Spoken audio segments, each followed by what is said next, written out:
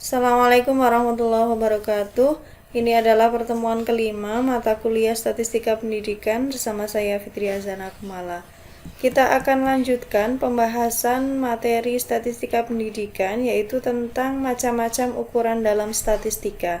Jika minggu lalu kita sudah mempelajari tentang min, median, dan modus untuk data terkelompok dan tidak terkelompok, maka hari ini akan kita lanjutkan pembahasannya untuk kuartil, desil, dan persentil data terkelompok dan tidak terkelompok.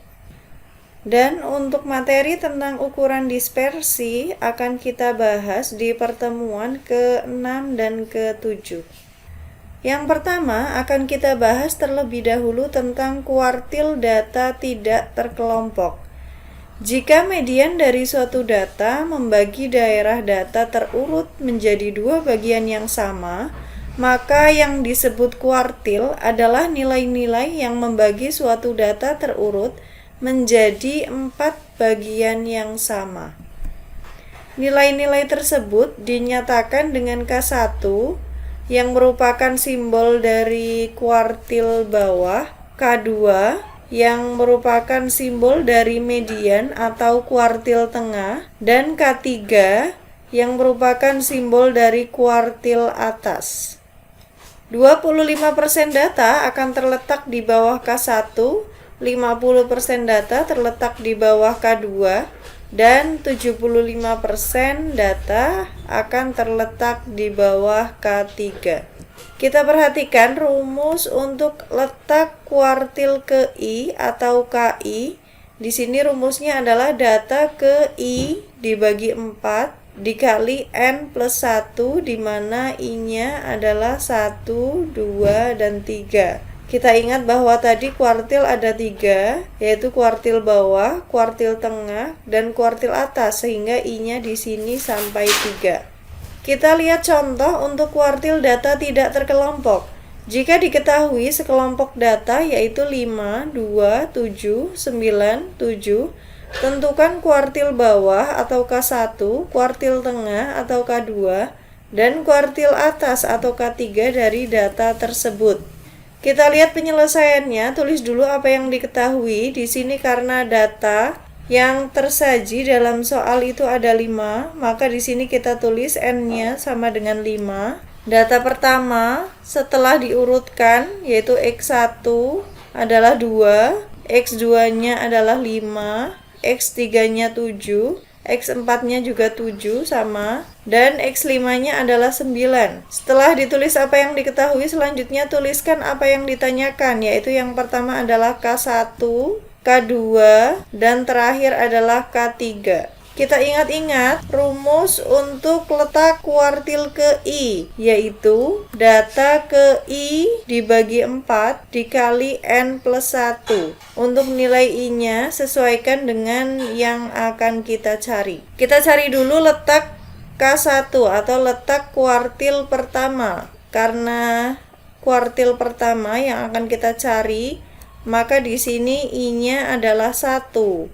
Ini juga 1, maka di sini rumusnya data ke 1/4 dikali N. N-nya adalah jumlah data, yaitu tadi 5 plus 1. Berarti di sini sama dengan data ke 1/4 dikali 5 plus 1 adalah 6. 1/4 kali 6, maka hasilnya adalah 1,5. Maka di sini letak K1 adalah data ke 1,5. Karena letak K1 akan sama dengan data ke 1,5, artinya nilai K1 tersebut terletak antara data ke 1 dan data kedua. Kita lihat di sini nilai K1-nya yang akan kita cari yaitu nilai data ke 1 ditambah setengah dikali nilai data kedua dikurangi nilai data ke 1. Setengah ini adalah dari pecahan yang terdapat pada 1,5. Jadi di sini nilai data ke 1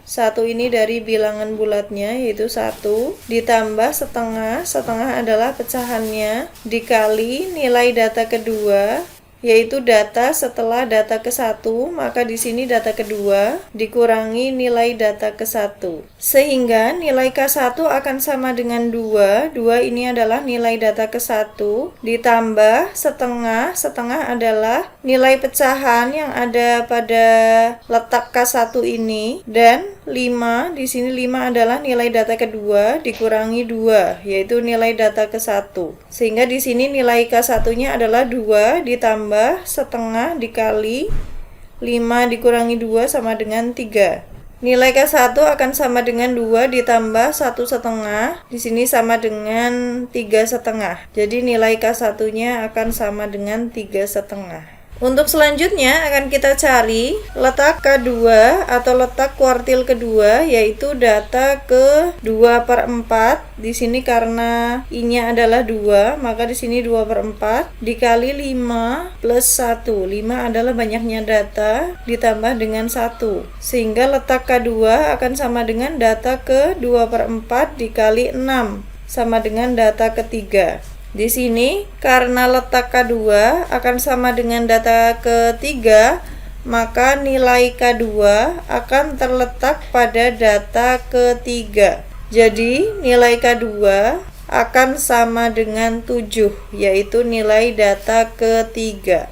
Selanjutnya akan kita cari letak kuartil ketiga, yaitu di sini karena I-nya sama dengan 3, maka di sini letak K3 akan sama dengan data ke 3/4 dikali 6 sama dengan 4,5, maka letak K3 akan sama dengan data ke 4,5. Karena letak K3 sama dengan data ke 4,5, maka artinya di sini nilai K3 terletak antara data ke-4 dan data ke-5. Sehingga kita bisa cari berapakah nilai K3, yaitu nilai data ke-4. 4 ini diperoleh dari bilangan bulat yang terdapat pada letak kuartil. Ini letak kuartilnya adalah 4,5, maka bilangan bulatnya adalah 4. Di sini kita tulis nilai data ke-4 ditambah setengah. Setengah adalah bilangan pecahan yang ada pada letak kuartil, yaitu setengah, dikali nilai data sesudah letak kuartil. Di sini letak kuartilnya adalah 4,5, maka bilangan bulat yang berada di atas letak kuartil adalah 5 ya. Maka di sini nilai data ke-5 dikurangi nilai data di bawahnya, yaitu nilai data ke-4. Sehingga K3 di sini akan sama dengan 7.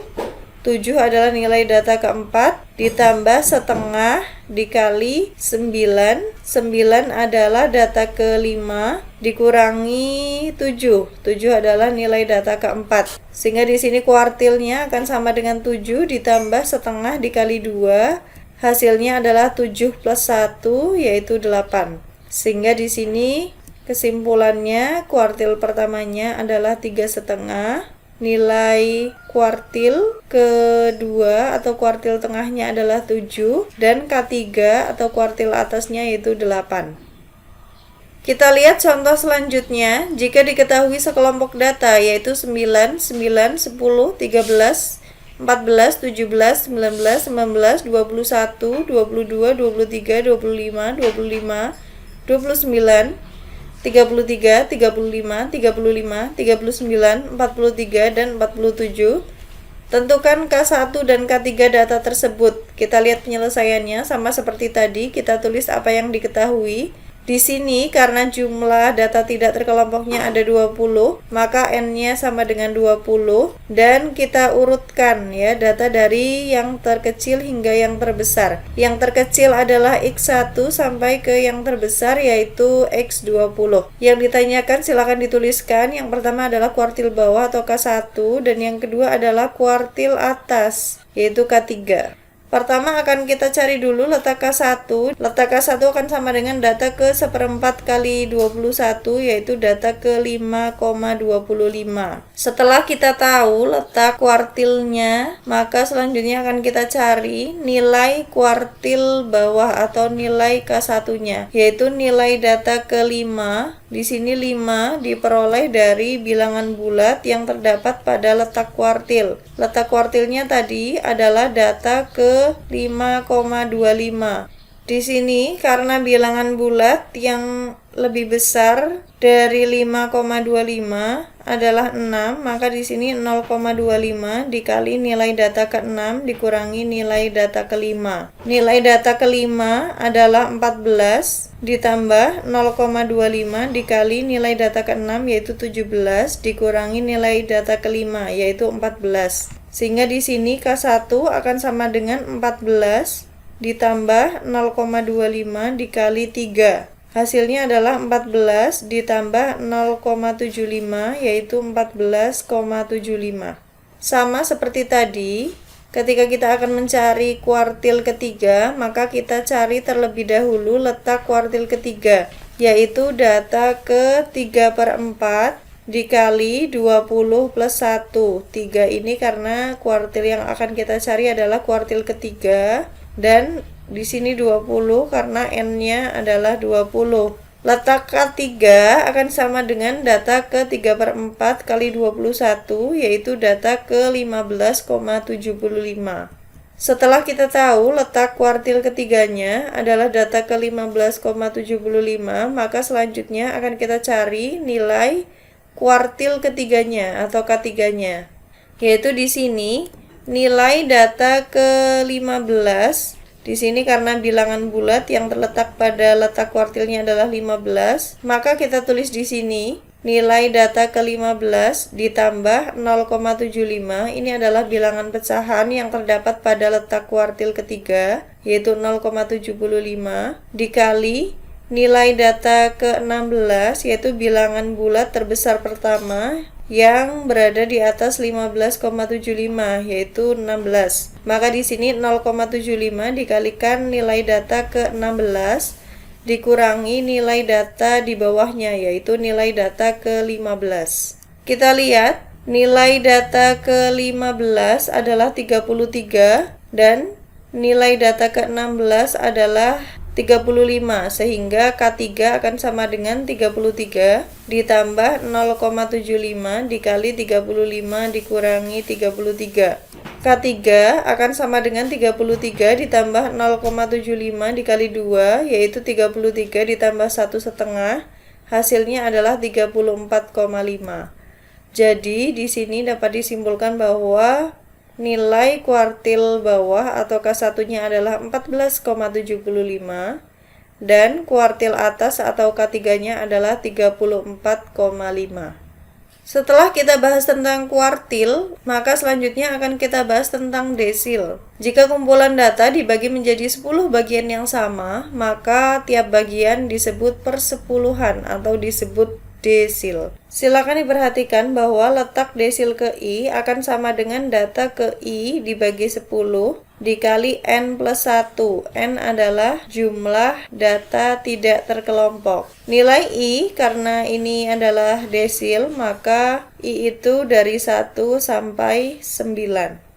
Kita lihat contoh desil untuk data tidak terkelompok. Jika diketahui sekelompok data, ini sama seperti tadi soalnya ada 20 data. Yang dicari adalah D6 atau desil ke-6. Kita lihat penyelesaiannya, tulis dulu apa yang diketahui. Di sini N-nya ada 20. Dan silakan urutkan data terlebih dahulu dari data yang terkecil hingga data yang terbesar. Di sini data terkecilnya atau X1-nya adalah 9 dan yang terbesarnya yaitu X20 adalah 47. Setelah tulis apa yang diketahui, maka silakan tulis apa yang ditanyakan, yaitu nilai desil ke-6. Di sini kita tulis D6. Kita lihat penyelesaiannya. Sebelum kita mencari nilai desil ke-6, maka kita harus mencari letak desil ke-6 terlebih dahulu. Rumusnya adalah data ke I per 10, karena I-nya adalah 6, maka di sini 6 per 10, dikali N plus 1. N-nya adalah 20, maka di sini 20 plus 1. Letak D6 akan sama dengan data ke 6 per 10 dikali 21, yaitu data ke 12,6. Setelah kita cari letak desil ke-6, maka kita bisa cari nilai desil ke-6-nya, yaitu nilai data ke-12. Sama seperti tadi, 12 ini adalah bilangan bulat yang terletak pada desil ke-6, yaitu 12. Ditambah 0,6, ini bilangan pecahan yang terdapat pada letak desilnya. dikali dengan nilai data ke-13. Ini 13 adalah bilangan bulat terkecil yang berada di atas letak desilnya ya. Letak desilnya adalah 12,6. Maka bilangan bulat pertama yang berada di atas 12,6 yaitu 13 dikurangi nilai data di bawahnya yaitu nilai data ke-12. Nilai desil ke-6 akan sama dengan 25. 25 ini adalah nilai data ke-12 ditambah 0,6 dikali 25. 25 adalah nilai desil ke-13 dikurangi nilai data ke-12 yaitu 25. Di sini desil ke-6 akan sama dengan 25 ditambah 0,6 dikali 0. Ini karena kebetulan setelah data diurutkan nilai data ke-13 dan ke-12 adalah sama sehingga di sini selisihnya adalah 0. Maka di sini nilai desil ke-6-nya adalah 25 plus 0 yaitu 25. Jadi dapat disimpulkan bahwa nilai desil ke-6 adalah 25.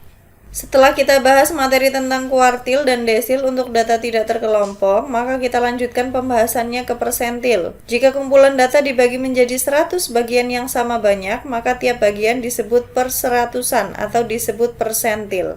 Sama seperti tadi, di sini sebelum kita tentukan nilai persentil data ke I, kita tentukan dulu letak persentil ke I-nya, yaitu letak PI. Rumusnya di sini adalah data ke I per 100 dikali N plus 1. N adalah jumlah data tidak terkelompok.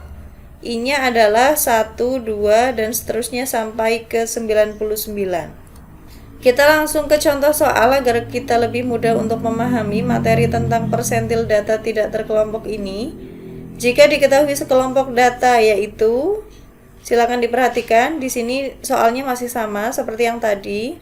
9, 9, dan seterusnya sampai 47. Yang ditanyakan adalah tentukan persentil ke-38 data tersebut. Yang pertama, silakan tulis dulu apa yang diketahui, yaitu di sini N-nya adalah 20. Dan silakan urutkan data dari yang terkecil ke yang terbesar. Terkecilnya adalah X1, yaitu 9. Dan yang terbesar yaitu X20, yaitu 47. Yang ditanyakan di sini P38 atau persentil data ke-38. Penyelesaiannya, kita cari dulu letak persentil ke-38. Rumusnya adalah data ke I-nya adalah 38 dibagi 100, ini karena persentil, dikali N-nya adalah 20 ditambah 1, yaitu data ke-38 per 100 dikali 21. Hasilnya adalah data ke 7,98. Setelah kita tahu letak persentil ke 38 yaitu data ke 7,98, maka kita bisa cari nilai persentil ke 38-nya yaitu nilai data ke 7. Di sini karena bilangan bulat yang terdapat pada letak persentilnya adalah 7 ditambah dengan 0,98. Ini adalah pecahan dari letak persentilnya dikali dengan nilai data ke-8. Di sini 8 adalah bilangan bulat pertama yang berada di atas 7,98 dikurangi nilai data yang berada di bawahnya yaitu nilai data ke-7. Karena nilai data ke-7 sama dengan 19 dan sama nilai data ke-8 juga 19, maka di sini nilai persentil ke-38 akan sama dengan 19 ditambah 0,98 dikali 19 dikurangi 19. Di sini selisih nilai data ke-8 dan ke-7-nya adalah 0, maka persentilnya di sini 19 ditambah 0,98 dikali 0. Hasilnya adalah 19 ditambah 0 yaitu 19.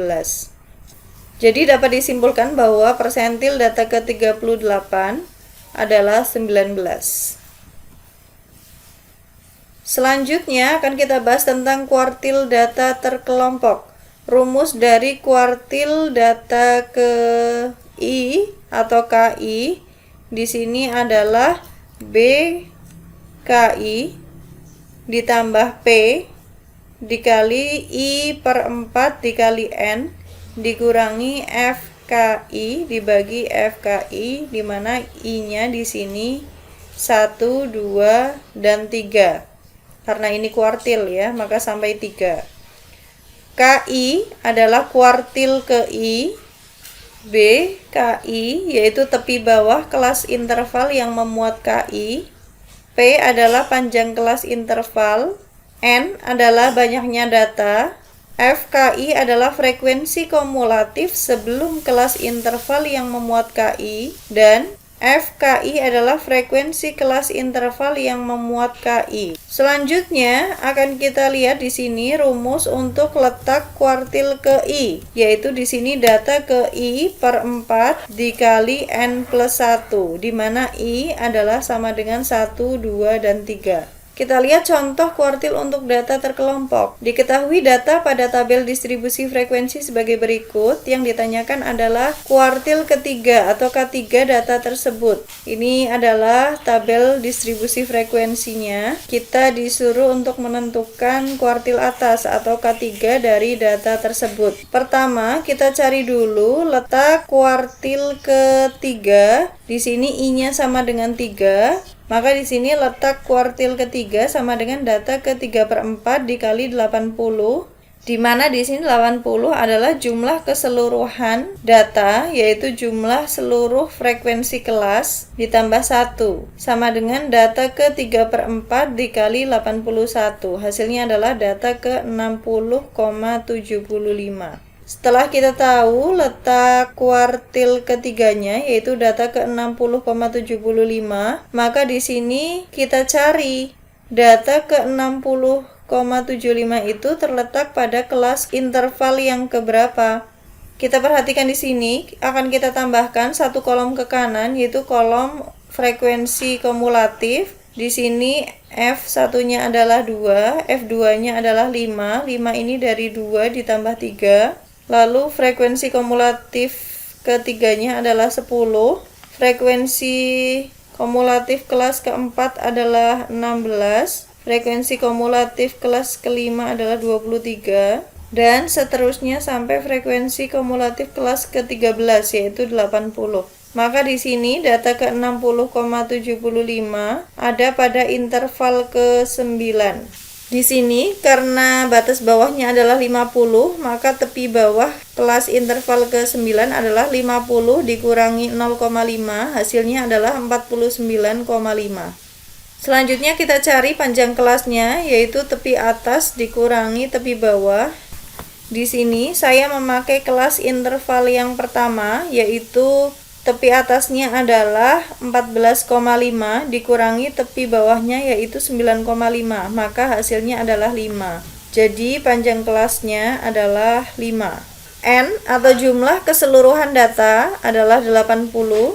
Karena K3 terletak pada kelas interval ke-9, maka kelas interval sebelum kelas ke-9 yaitu kelas ke-8. Maka di sini frekuensi kumulatif kelas sebelum interval ke-9 yaitu kelas ke-8 adalah sama dengan 51. Untuk frekuensi kelas interval yang mengandung kuartil ketiga yaitu kelas interval ke-9, frekuensinya adalah 13. Maka di sini FK3 sama dengan 13.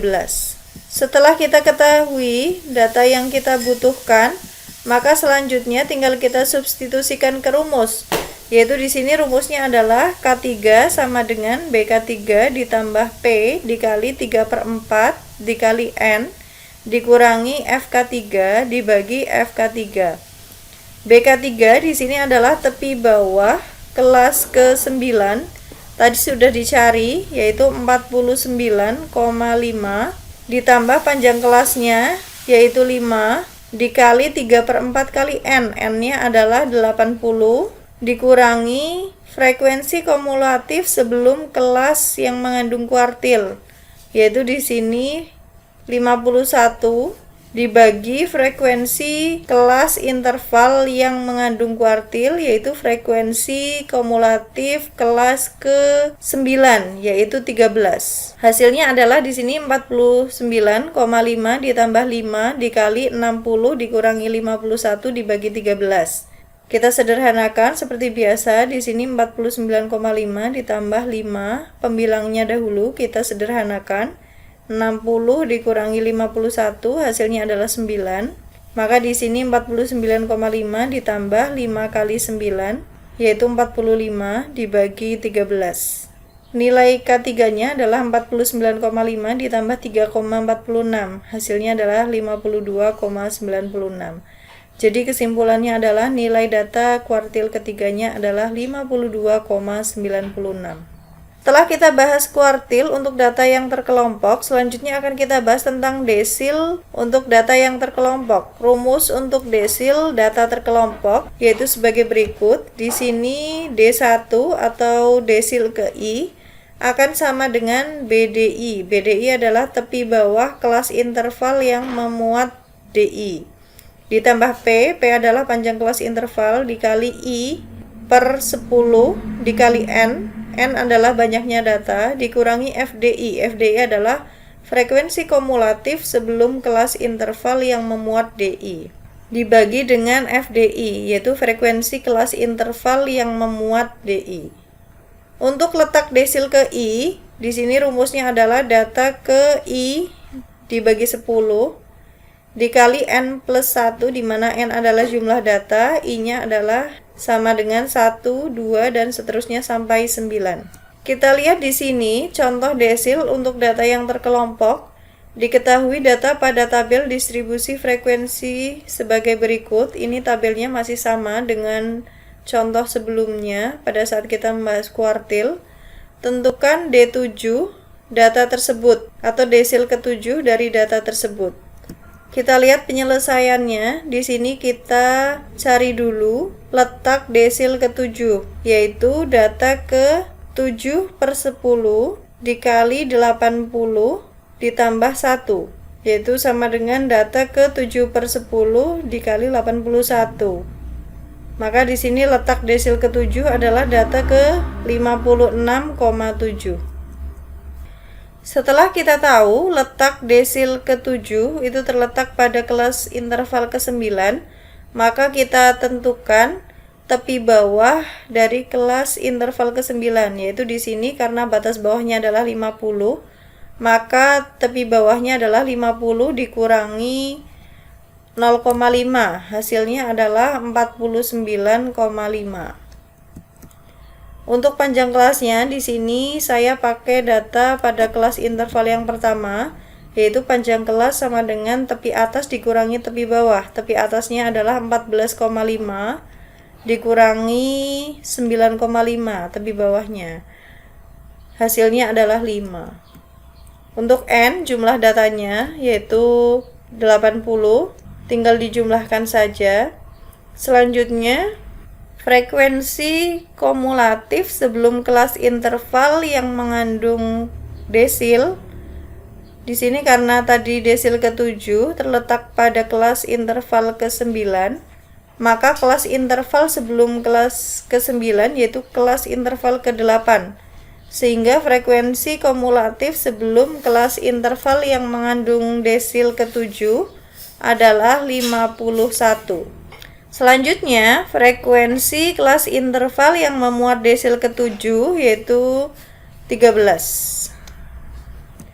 Setelah kita tahu tepi bawah kelas interval yang memuat desil ke-7, panjang kelas, jumlah datanya, frekuensi kumulatif sebelum kelas yang memuat desil, dan frekuensi kelas interval yang memuat desil, tinggal kita substitusikan saja. Desil ke-7 akan sama dengan 49,5 ditambah 5 dikali 7 per 10 dikali 80 dikurangi 51 dibagi 13. Kita sederhanakan mulai dari pembilangnya. Di sini 7 per 10 dikali 80 hasilnya adalah 56 dikurangi 51.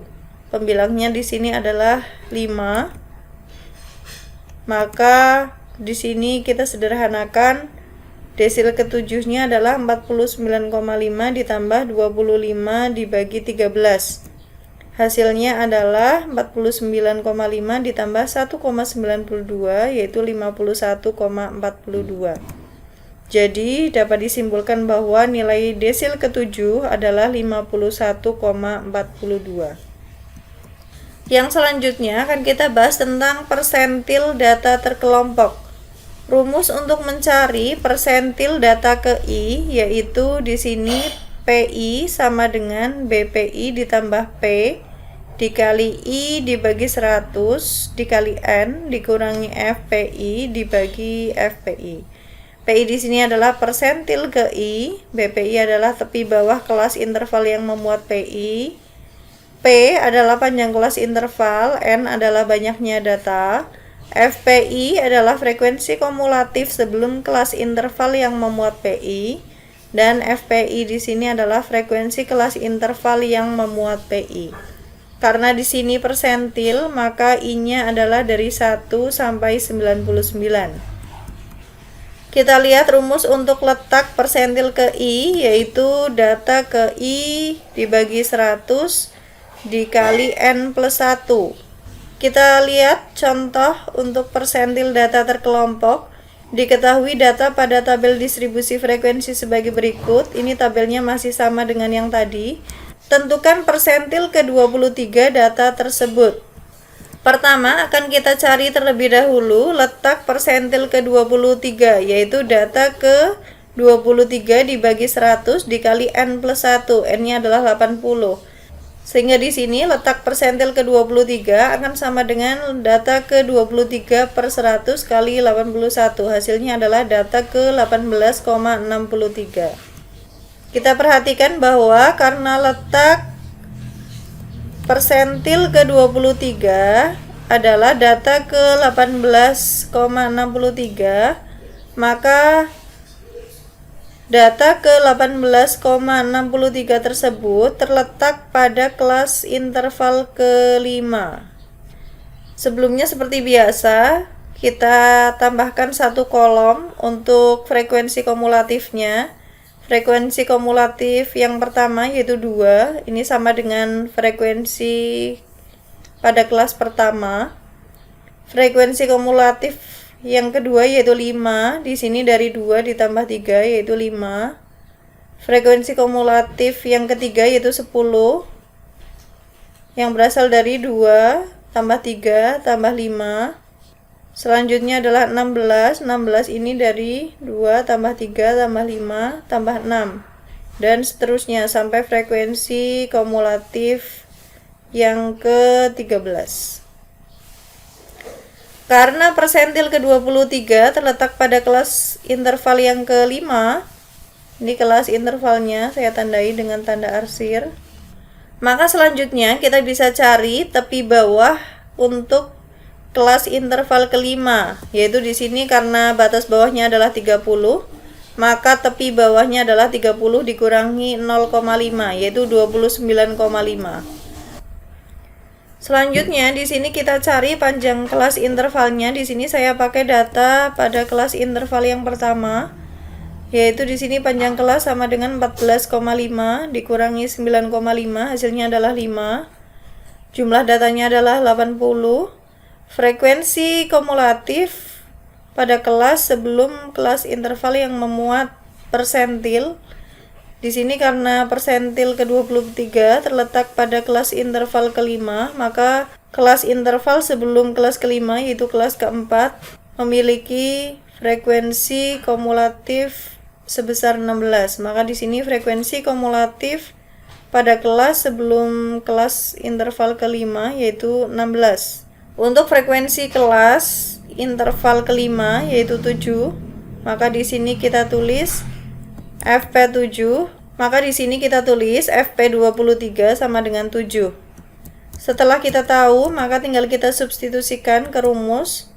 Di sini persentil ke-23 akan sama dengan tepi bawah kelas interval yang memuat persentil ke-23 ditambah P panjang kelas dikali 23 per 100 dikali N adalah jumlah data, dikurangi frekuensi kumulatif sebelum kelas yang memuat persentil ke-23, yaitu frekuensi kumulatif pada kelas interval ke-4 dibagi frekuensi kelas interval yang memuat P23, yaitu frekuensi kelas interval ke-5.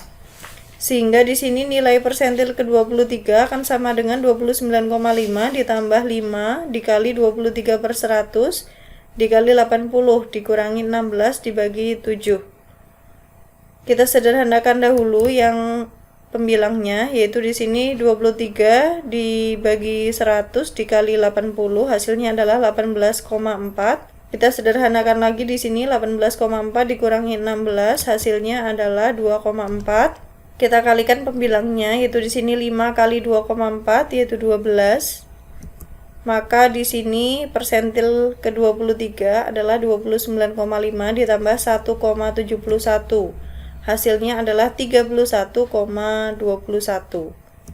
Jadi dapat disimpulkan bahwa nilai persentil ke-23 adalah 31,21.